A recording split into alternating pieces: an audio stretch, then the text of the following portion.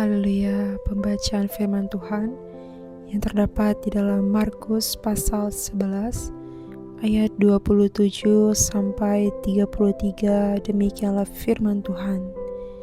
Pertanyaan mengenai kuasa Yesus.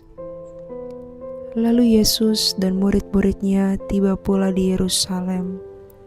Ketika Yesus berjalan di halaman bait Allah, datanglah kepadanya imam-imam kepala, ahli-ahli Taurat dan tua-tua, dan bertanya kepadanya, "Dengan kuasa manakah engkau melakukan hal-hal itu? Dan siapakah yang memberikan kuasa itu kepadamu, sehingga engkau melakukan hal-hal itu?" Jawab Yesus kepada mereka, "Aku akan mengajukan satu pertanyaan kepadamu. Berikanlah aku jawabnya, maka aku akan mengatakan kepadamu, dengan kuasa manakah aku melakukan hal-hal itu? Baptisan Yohanes itu dari surga atau dari manusia? Berikanlah aku jawabnya."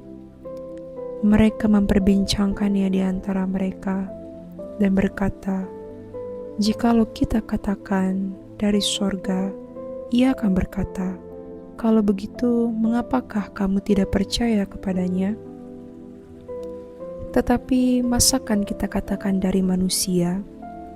Sebab mereka takut kepada orang banyak, karena semua orang menganggap bahwa Yohanes betul-betul seorang nabi."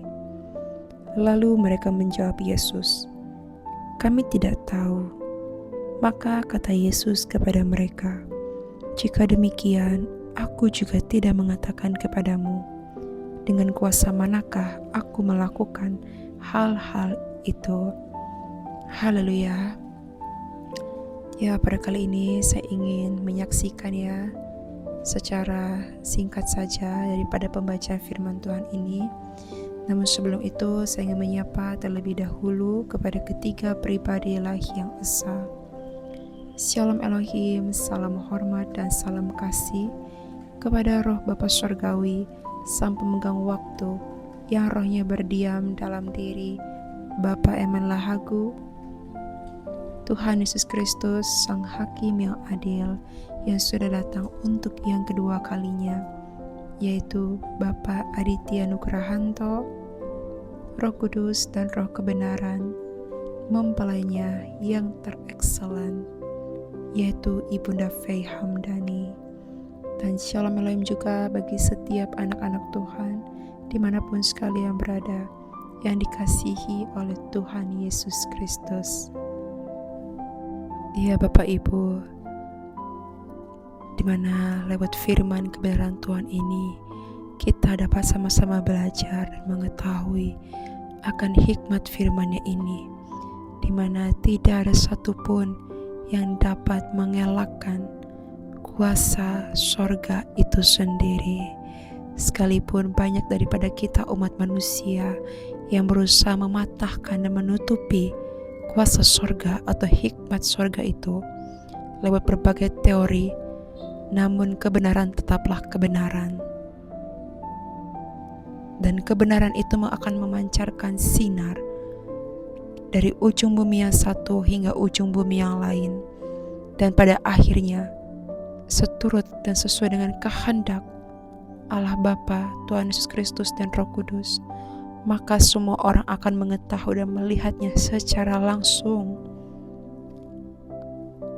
Dan hal tersebut mengenai rahasia-rahasia surga atau hikmat ilahi itu sendiri hanya dapat diterima bukan di logika akal pikiran atau di isi kepala kita, namun berada di dalam lubuk hati kita, relung hati kita, sebab di hati kita itulah Roh Kudusnya berdiam dan bekerja. Namun di sini dipertanyakan, apakah kita akan mengaktifkan logika atau hati kita?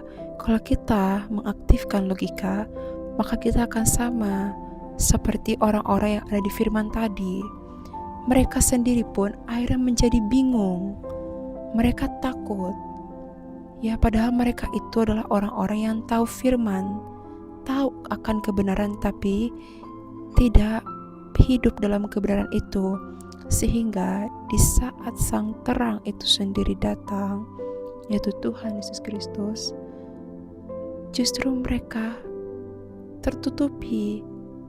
Nah, disitulah akhirnya ketahuan seperti apa hidup dan hati mereka, sehingga mereka memperbincangkan hal yang akhirnya membuat mereka sendiri bungkam.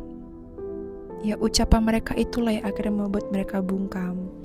Jadi, semua kunci penerimaan dan hidup dalam firman-Nya adalah lewat hati kita yang terhubung kepada Tuhan Yesus Kristus.